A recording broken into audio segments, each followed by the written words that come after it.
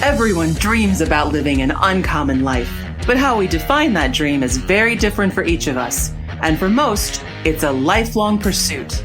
Welcome to the Uncommon Life Project podcast. We're going to introduce you to people who are living that life or enjoying the journey to get there. We're going to also give you some tools, tricks, and tips for starting or accelerating your own efforts to live an uncommon life, a life worth celebrating and savoring. Please welcome your hosts, Brian Dewhurst and Philip Ramsey. Hello and welcome to another episode of everyone's favorite show, The Uncommon Life Project, where I'm your host, Philip Ramsey, and we have the one and only Aaron Kramer. Yes, we do. We cannot wait to jump into this show. We have two amazing guests. And if you know anything about the show, you know that my favorite thing to interview is couples, husband and wife, people that are dominating at life. And we got those too. But before we jump in, I want to just reiterate that we are financial advisors that think very differently. In other words, we're like your advisors to the unadvisable. What does that mean? It means that if you have an amazing idea, we want to edify that by showing you how your cash flow can help you with your amazing idea so you can go impact the world and love your life. So that was my elevator speech, which great. I hate elevator speeches. Did a good job. So, all right, let's get the bio and then let's get on the show because they are way more exciting than I am. Come on, let's go, Aaron. Yeah, so I want to introduce Toney and Sarah. They are the owners of Borough Bagels. Yes. And it is amazing. So if you don't know me, I love food. I eat a lot of it. And when I go there, like the bagels, the breakfast food, all of it is amazing. When you walk in there, it's fun. It's like, like a unique outlook in there. And I don't know, it's addicting pretty much. It is. And when Aaron said, this is who we're going to interview, he was like, they've got this sandwich called the Empire. That's amazing. Yes. That is the best thing. So welcome to the show, Toney and Sarah. We can't wait to unpack thanks for having us. Yes. Well, first off, I love that you guys are, one, doing what you're passionate about and impacting others.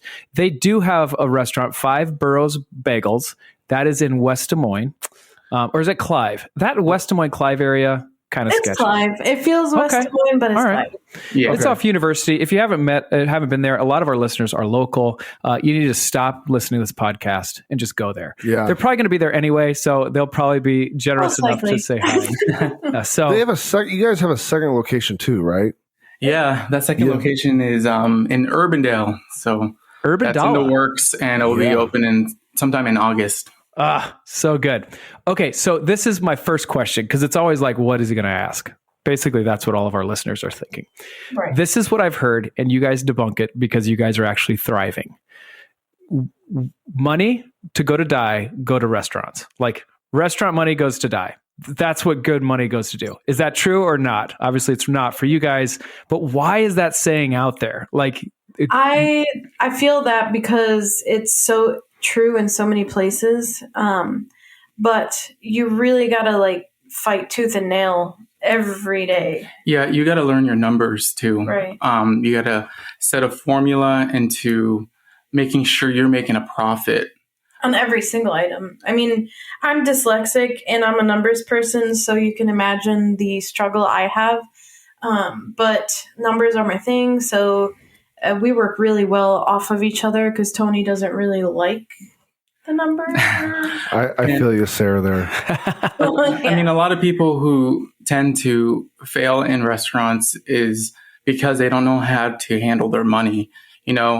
A lot of people want to open restaurants because they have a passion for it. Yes. But once you go into it, you have to deal with payroll, you have to deal with HR, taxes, you have to deal with taxes, you have to deal with, bookkeeping. So there's a whole team there. And if you really think about it, if you don't know any of those, you're going to set yourself up to fail, unfortunately. Right. Have you ever read this book called The E-Myth? I don't know if you've either one of you. I haven't, but that's guys, what you are describing is the crux of the book. They take a baker that's amazing at making pies. Mm-hmm. And at the end of it, she opens up a business that is making pies. And what she finds is she almost imprisons herself because she doesn't have people to replicate her business. She just has to go make pies. Right. And so she hates it at the end. And the only time it's successful is when she makes the pies. She doesn't make it scalable. She doesn't know her numbers. And so a big it's very thing true. is what you guys are saying is like, you got to know your numbers. Basically, you guys wrote that book and you guys are killing it. Yeah. You know, some people may call it petty, and we're very transparent, you know, since day one with a lot of things, pretty much everything. But I mean, down to like the parchment paper and foil we use. Yes. You know, when our staff drops like 4 or 5 of them, It's money. I'm already doing math in my head. Like, oh, you just cost me 15 cents. But I mean, it adds up, you know. Yeah. So how it's do a you go constant about thing. understanding those numbers at first? Sorry, this is Aaron. Aaron knows you better than I do, and I feel like I'm totally taking over. No, you're fine. You're good. So how do you know the numbers? Like, how does one go about understanding the Because numbers? we do everything ourselves when it comes to menu design, creating a menu, ordering products. It's all us. We're all involved, all in.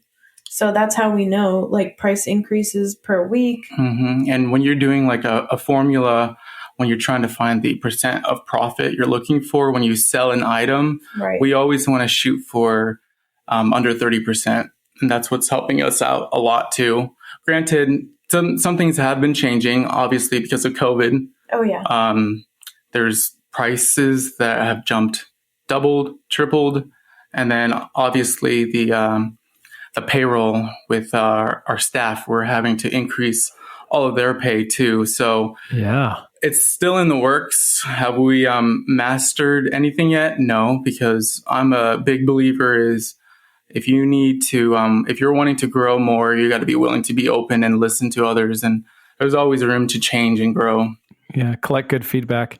Exactly. Okay, poor Aaron's going to ask a question. It's going to go on the same thought track, but I want to go backwards. Have you always been a restaurant owner? The answer is no. So tell me like a little bit of your history and how you got to where you're at. And I'd like to know, because it's Philip, I want to know how you guys met, because you're obviously course. married. I don't know if we ever said that in the podcast yet. They're married. Ta-da! Yeah. Ta-da. We Lovers. actually met in Union Square in New York City. Wow. This is like a And- movie. Keep going, Sarah. Keep going. I was 19 and I knew her sister actually Right. for about a couple of years before I even met Sarah. And I met her and she had a Newport sticking out of her mouth. Oh, yes. well, let's just get it straight. It's a Newport 100. Oh, yeah. Thank you. I don't know what that means, but it sounds cool. Some people will. Okay. But I was a smoker back then too, but we automatically clicked, became friends. I just got out of a bad relationship of 7 years and I was not ready for Yeah, anything. I was secretly in love with him the whole time. Yes, you were. I've but- met Tony. I get it. Get in line, like I It's said. fine, bro. So good. No, but yeah, we were best friends for years, and I told him I will wait, and I did.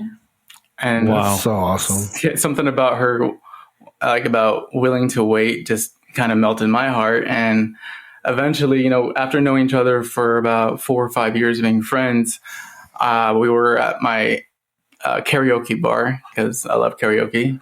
Wait, at your karaoke bar, not the one you owned, but the one that you would own on the stage? That one? Yeah, I get it. Okay. No, but I asked her to marry me at our going away party. Shut up. Yeah. Yeah. Wait. We were just at the karaoke, and then you realized that you actually liked her, like different than No, friends. No. We were actually dating At that time, yeah. for maybe a year, and Wow. he took the mic and karaoke proposed. What was your song? Wait. Oh my. What's your go-to song? He has a song. Yeah, What is it's it? I'll Be by Edwin McCain.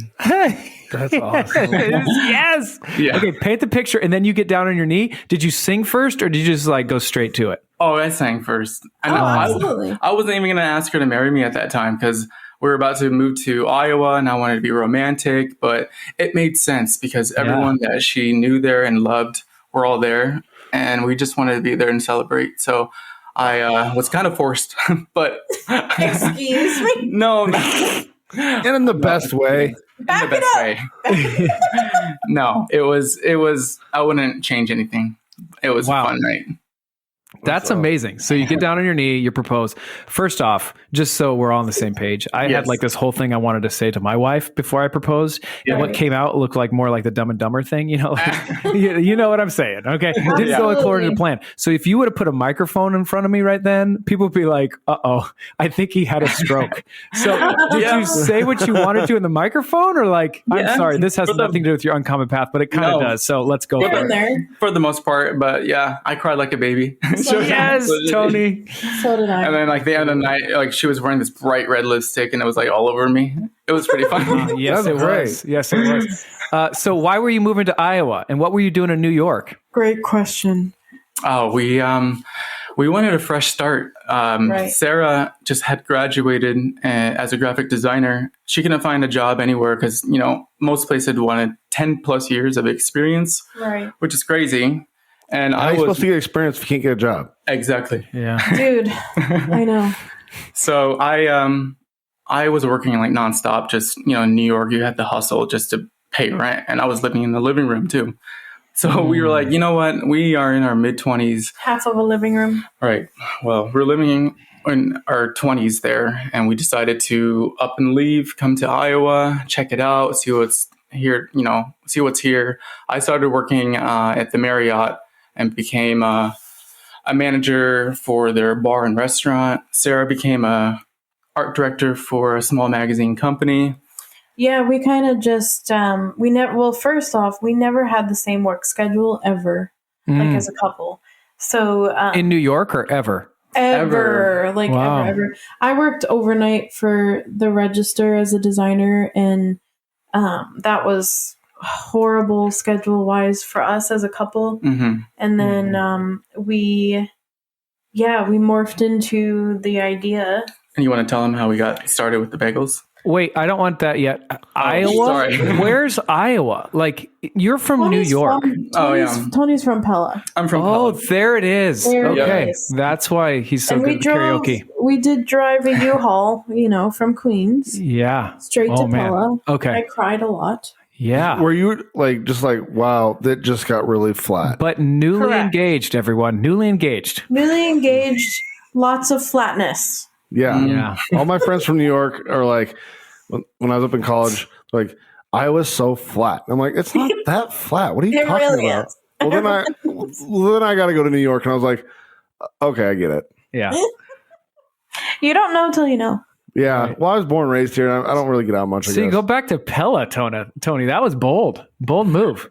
Oh yeah. I enjoyed Pella, and but I just turned 18, dealing with a lot of personal things in my life, and I just needed to go. And I upped and left, and I started a new life in New York. It's crazy, but I stuck around to make sure my family was okay too.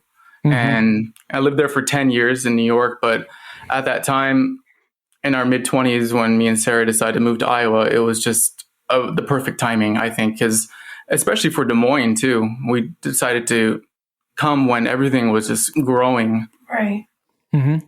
Yeah. Okay. So now bagels. Now we're there. Sorry. Just a little detour. That's actually a really cool story. So we were in our townhome, and I believe it was either a Tuesday. I remember the day started with a T, Tuesday or Thursday. I don't know why. Narrowed it down. So it was raining that night, and I remember going to Tony. I'm like, hey, I really want a New York style bagel. And out here, there's no such thing, in my opinion. So we went to Target and bought all the ingredients. And however many hours later, we pulled them out of the oven, tasted it, and we were like, holy shit, this is delicious. Let's go. And so I looked at him and I'm like, oh my God, Tony, let's open a bagel shop. And then he was like, okay. And then I was like, okay. Oh man, we risked everything, but literally that night we were looking at spaces. That's so awesome. I'm getting goosebumps. I felt like we should like slow clapped you into that story. That was how awesome that was. It was just so like, I remember calling my dad that next morning, you know, because all my family's in New York and Israel. And I remember he was like, what? Are you crazy? Yeah. Come again? Where are you even Yeah. living? Pretty much. And I mean, everyone still thinks we're crazy. I think we're crazy, but you kind of have to be in this You industry. do. You have to be risk takers. And you have to be You have to be. open to failure even. So you nailed your first thing out of the oven. So kudos to you for sure there. But you really didn't have a background in cooking, right? Or baking? What do you say? Baking? Well, being in the restaurant industry since I was 16 helped me out a lot. And I also had the experience with the hospitality. Right. I shadowed Martha Stewart in New York. And I didn't really do much. I just took care of her dogs. You got her on her cell phone. You got her on her cell phone. You probably did because you were with the dogs. Okay, That's cool. important too. But yeah, I definitely learned how to take care of people. And I think if you ever go to our shop, I mean, we'll get to it in more detail, but we do teach our staff to be very prompt and making sure that customers are always being taken care of and acknowledged. That's the most important thing too. You want people to come back as regulars. We're on first name basis with a lot of people. Right. Yes, And love that. like my background is Nordstrom in New York, so Tony's is Marriott. So I mean, we came from very strict, Pretty strong pedigree. Yeah, pretty strong. I'm all marketing as well. So Tony had restaurant, I had marketing, and we both just meshed really well when it came to that. Yeah, it's basically going back to the basics. I know it's very played out, and but if you really think about it, like I don't know what year or what decade it would have been, but there used to be a time when people put passion into what they were doing. You don't see that a lot anymore. It's always about money-driven kind of places. Slightly robotic. Yeah, and people forget that, there's others who want to be heard, who wants a relationship, not just with the owners or the employees, but with the restaurant itself. And I think we provide that for a lot of people, hence why we have lots of customers who support us when we need them. That's great. That is like, so everything you just said is like awesome. It's so uncommon. But like, I want our listeners to know this too, because you guys had this amazing idea, got goosebumps for telling the story. Now, the biggest thing is like, how much did it cost you guys to get up and running? Like, Great question. Yeah, that's Well, we definitely had to take some shortcuts because being in our mid-20s, without a secure job, we just moved across the country. Just got married. Oh, you guys got married now. Okay. Oh, yeah, we're married by that time. We took our life savings and put that money into investing into this restaurant. Granted, we took some shortcuts, so we definitely wanted to find a spot where everything was going to be less stress on us, meaning some of the equipment was still there. Right. The layout was there. There are hidden secrets, like we are next to a bank, we are next to a grocery store.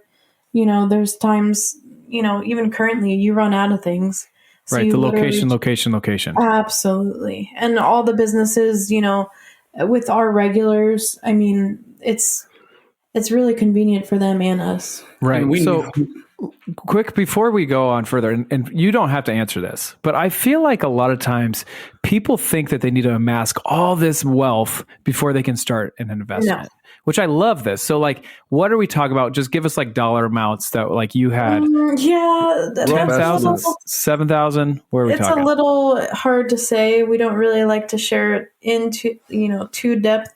Sure. I can't talk in too deep with that, but let's just say it was a little more than expected, and there were a lot of panic attacks.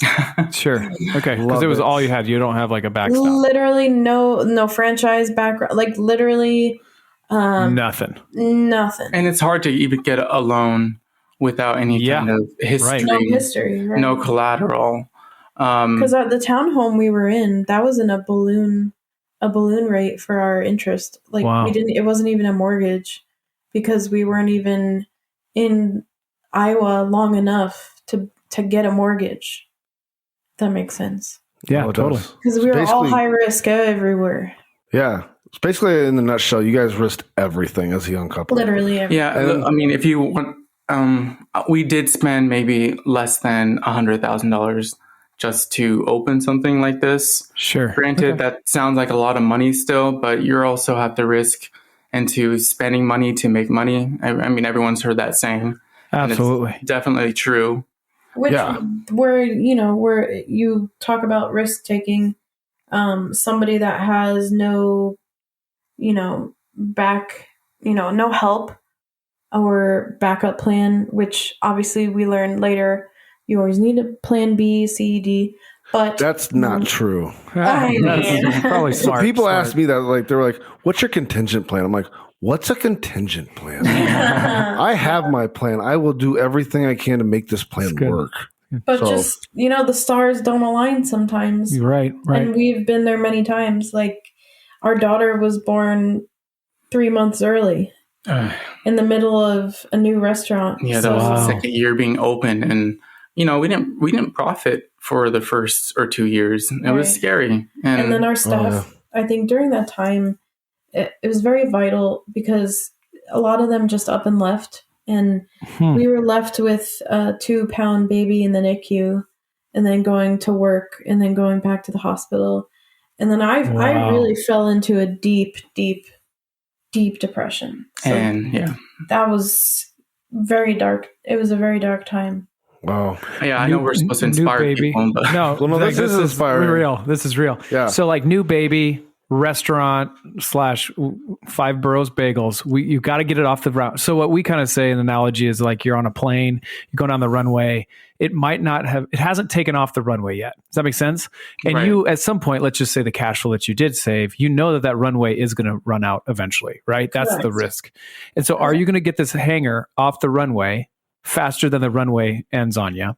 Right. And then you put a baby that's 3 months early in the mix. I mean, I could really see, let's say everything is running great, having a baby, and after that is real. Like there are real emotions. So like the depression sounds like that's almost to be expected, but then you add the whole business component on it and it's a whole different whirlwind. Yeah, well, the key word that stuck out was different. So of course it takes two to get that baby, but I was a different person after that experience. And it took me, what are we, 4 years in?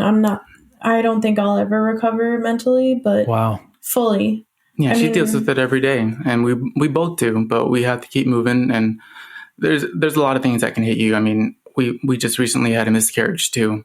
Wow. And is it hard? Yes. So sorry. But we keep moving on, and we look forward to doing something that we know how to do, which is having this business run very well. Right, because the passion is still there, and our communication, like Tony mentioned earlier, with being sober, it is a huge help as far as communication. Even now, going through dark times. So to let our listeners a little bit in, so we, Aaron and I went to the Five Boroughs Bagels actually yesterday and saw Tony, and Aaron said, "Hey, Tony, you look great. Have you lost weight?" And Tony said, "Yes, I have, 40 pounds. And Aaron's next question is like, "How did you do that?" And I was really keen to hear this because I was excited about it. And then he said, "Well, I've stopped drinking. It's one of those things. I've started exercising." So that's when you say that you've stopped drinking. So talk to us about that kind of continuum, Tony, and how you came to that realization. And then also what it's given, not only your business, but your marriage, it sounds like. Yeah. I mean, to anyone who drinks, you have to decide yourself whether or not you want it in your life. I'm not against drinking at all, but I had to find out on my own that it was not helping me. Maybe it was temporarily fixed, but in the long run, when I was doing it every day, it didn't only affect my mind state, but it affected my marriage. There's times when Sarah needed me mentally and I was just not there, or I wouldn't remember, and I just wanted to relax. And this is during a time, especially when I'm going through the postpartum issues, and my brain just took a U-turn. I was getting like suicidal thoughts, and I was in a very, very dark place, and I couldn't even rely 100% on my husband because of it. That just makes me really sad, disappointed in myself. But this is why we're talking about it, because it's real and it really happened. And we are continuing every day to be better. And it's worked. Right. Yeah, I'm just praise the Lord. Thinking of you, Toney, of like stepping up and seeing that and making the change. It is not easy. Yeah, like talk about the definition of masculinity. It is that right there. Yeah, buddy. Like you did it. Like you were like you dug inside. You looked inside yourself. Right. You realized it, and you stepped up. Like And I, as his wife, I can't even put into words how proud. I mean, he's had, a really rough go at life in his early years. And now I feel like, this was just an obstacle that he overcame. And I am so proud of you. Oh, thank you, baby. Yeah. It's just crazy too. Like this whole time I was drinking for years and years, and it kind of opened up something in my brain where it was slowly healing. And I'm like, wow, it's like I can actually think straight without having some kind of anxiety. Right. Wow. So it's definitely opened up a piece of my brain where I can be a little more confident. And I'm also a big believer on words. Mm-hmm. You tell yourself that you're something, then you are. What kind of helped me throughout this process of stopping drinking is it did not work for me, but I understand it works for other people. I did try the AA meetings. Mm-hmm. But I just did not agree with someone standing up saying, I'm an alcoholic. Because right then and there, you're giving alcohol the power. Sure. The power to control you. You're scared of alcohol. The labeling. Yeah. And you go to bars like, oh, no, I can't be there. Or people act weird like, oh, you're not drinking. I don't want to be around you. Then I don't want to make you drink. So I'm like, I say I'm not a former alcoholic. I just say drinking is not for me and I don't like it. But I'm not going to judge anyone for doing that. Right. So I love just like last night, we had a gathering and it was fun. I got to hang out with people. Yeah, they were drinking, but I don't mind it. And I can actually remember it. So. Yeah. So good. And it seems like when you look at the past, you saw how foggy you were actually living your life. There was like a haze over it. Yeah. And now you can look back. But when you're in the fog, you're just like, this is my life. So like what could be different? Yeah, that's all we know. But like as we're approaching our 6-year anniversary at Five Borough, and we're reflecting on month to month. Our March, so that just ended yesterday. That was our highest ever month, and we're hitting about a 13 to 20% increase in net sales every month, awesome. Like continuing. And like if you really think about it, like we never really did get to talk about numbers when we were just in survival mode, but now we're both clear-headed and we're even more unified for sure. Right. Yeah. And we also have to thank like the staff that we have right now too, because opening this new restaurant while dealing with a growing restaurant can be very consuming. And without the proper staff not taking care of the current shop we have, we wouldn't be able to kind of plan or even do this podcast even. Right. Because we would be glued to the floor. So good. That really speaks to your guys' leadership. Mm-hmm. I mean, don't get me wrong. It did not always feel like this. Another thing we didn't really disclose with a lot of people is we had a former employee steal from us. Oh, wow. During our miscarriage. And that was also during the time we renovated the restaurant. So it was really dark. All the charges were pressed on her accordingly, which we're thankful for the Clive Police Department for handling that. But now we're, new year, new restaurant, new team. Our management team right now, Scott and Oriana, I mean, they're a gift. Yeah, and they're a power couple just like us. Right. So, they're married? Nice.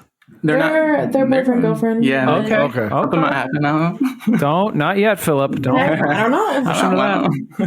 That's good. Let me ask you this, Sarah, because you mentioned it a couple times, and you seem like you're in a healthier place now.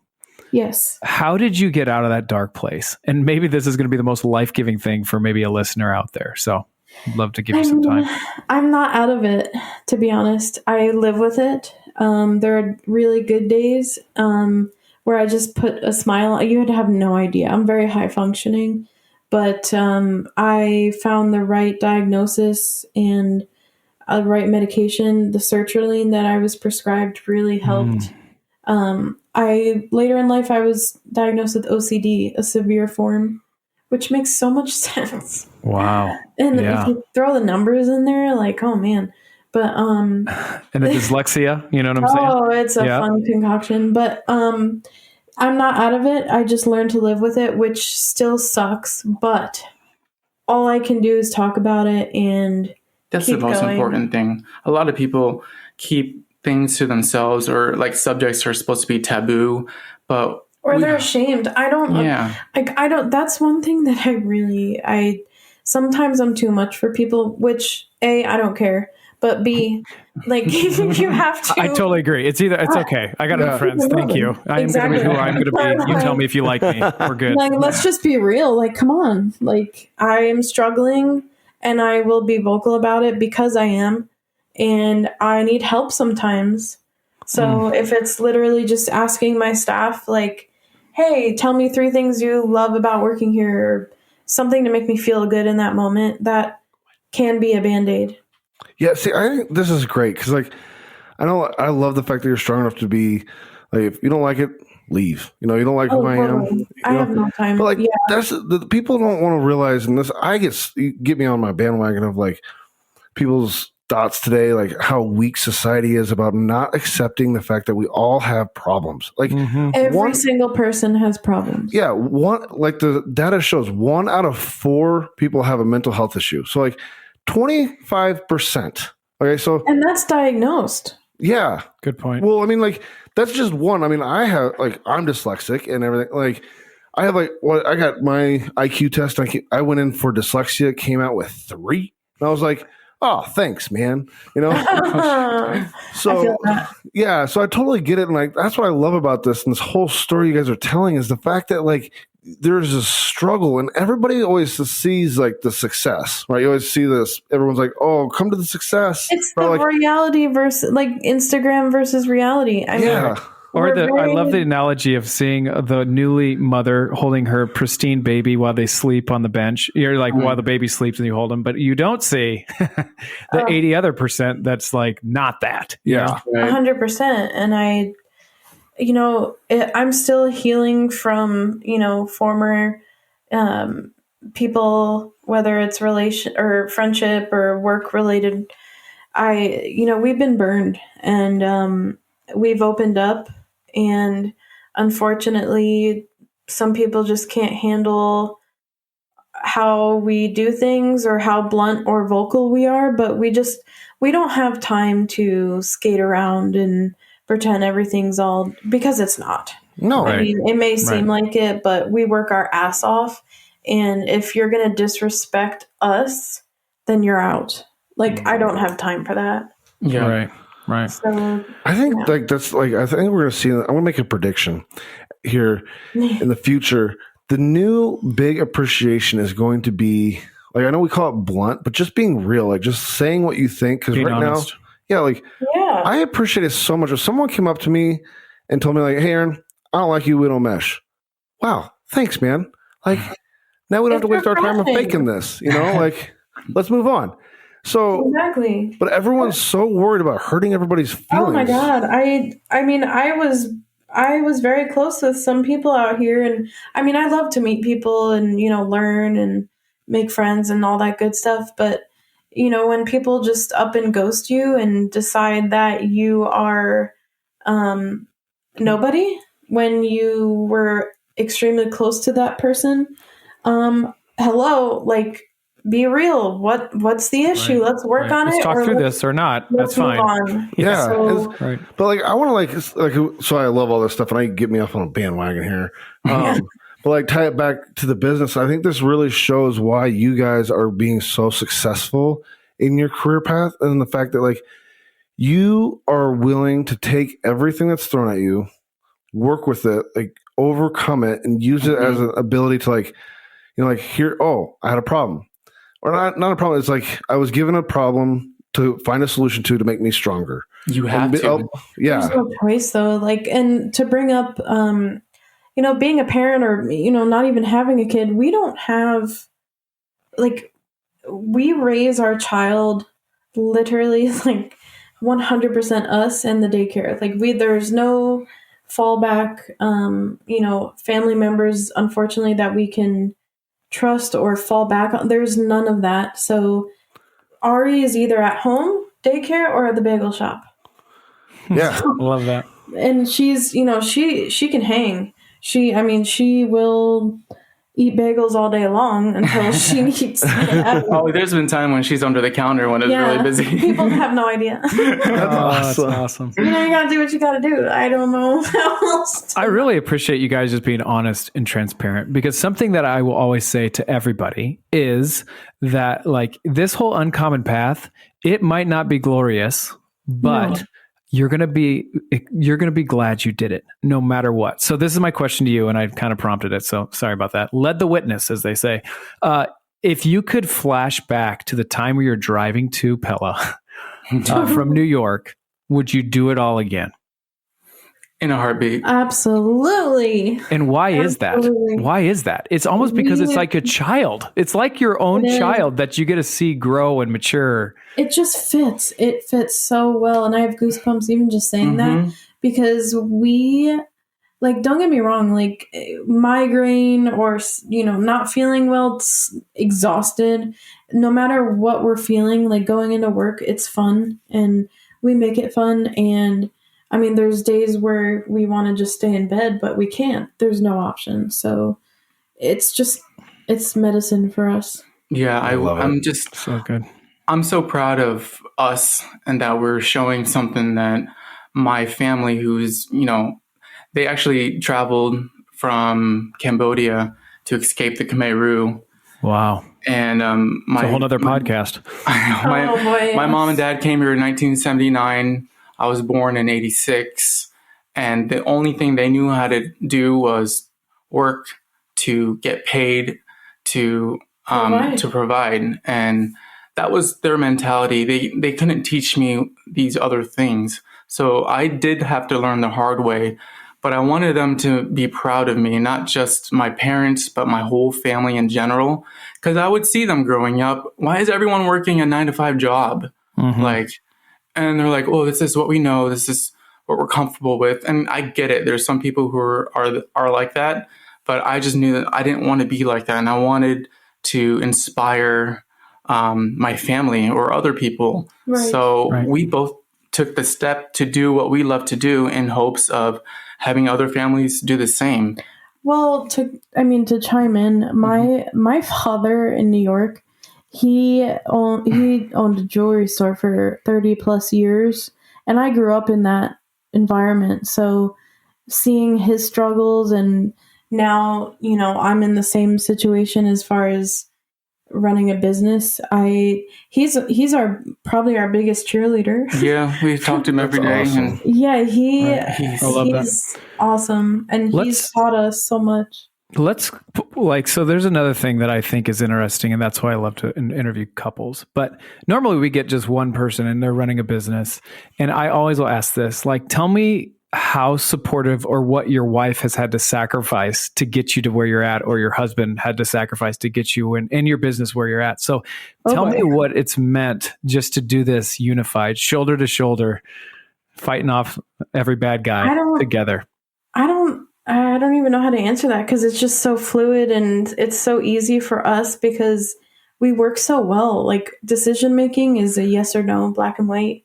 Perfect. It's so easy. So then answer this the opposite way. If you didn't have Toney next to you, Toney, if you didn't have Sarah, where would you be now?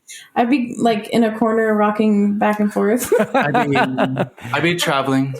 I'm just kidding. I hate when you say that. No, I say this all the time when I meet people who think that, how do you do it all, Toney? And I'm like, I have a wife who, supports me and levels me out.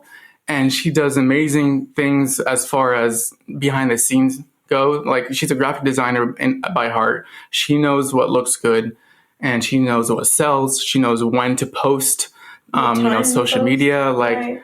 it's very important on what she does. And I'm more hands-on, but we just work well together. And I'm just thankful that we have something like this. So good. There's things So that awesome. he does that I don't do, and vice versa. Exactly. Right. Oh, so good. You guys compliment each other well, and I can just hear it in your Oh, voices. But like I said, is it easy? No. I mean, we see a couple counselor Good. just to make sure Right. we can Absolutely. communicate Right. with each other. Because there's times when we're very high strung, but Right. we just have to learn how to deal and learn how to talk it. Well, I mean, through. I know you guys are saying it's easy, but it's one of those things like no relationship is like it's a relationship. It has to be worked on. It has to be strengthened. Oh, Like I meant as far as like decision making. Yes, but yes, right, I right. agree. yeah, I'm just saying like I just want our listeners to understand and make it clear that like Sure. I mean like okay, so I know everybody here on the show like knows like I'm a meathead, but like it's one of those things where like a relationship's like a muscle. It has to be worked to get stronger. And like 100%. but like you guys like with your story and your vulnerability that you've shared, like you guys are like the Arnold Schwarzeneggers of muscle. Yeah. So good. So we've been. Go ahead, Sarah. Well, I mean, Tony's just I don't know how to explain. He's just so amazing, and I describe Tony as being built on this planet. Like he is my person, and I'm just so thankful. Like we get to work together every day, all day. Like Same. what? So That's good. fun. It's So good. fun. So we've been listening. We've been talking for 40 minutes. Aaron, it feels like 10 minutes. Yeah, I got one story I got to share real quick Yeah, please do. because we're talking about this, and I got to tell people that like if you're gonna go, you got to get the Empire. Mhm. I love the Empire. Oh, that's good. All You right. called it a monster at first. I did. It was, But it was it like is the a monster. monster. It is a Yeah. monster. So I'm a big eater. I'm a big guy. I love to eat a good. lot. And I remember first seeing it. I read it. I was like, I want two. So I ordered two. Remember that? Yeah. And I remember getting handed the bag, and I'm like, I was like gonna grab it, like no big deal. And then, like the bag just like went down a little bit. I was like, oh, Why is it like 12 pounds? yeah, it was The heavy. Empire. But like, little do you know, like so much love came in that. Like my hand just dropping to grab that bag, and I was like, this These is are my amazing. people. Yeah. And the fact that I couldn't finish it, like I could Wow. only one and a half of it. And I was like, oh my gosh, this is amazing. 1.5, that's impressive because some people Yeah. can only do Can barely half. finish one. It's so good. So last closing thoughts for our listeners. You guys have been amazing. I love your story. I love your vulnerability, and I love your restaurant. So tell us closing thoughts just from you guys. What would you like to encourage our listeners with? I would say definitely, obviously, do what you love to do. But once you've accomplished that, there's always something better. And if it drives you to do to make yourself better, I would say go for it. Just for an example, we're opening this new restaurant. Does that mean we want to open multiple restaurants? Nope. No.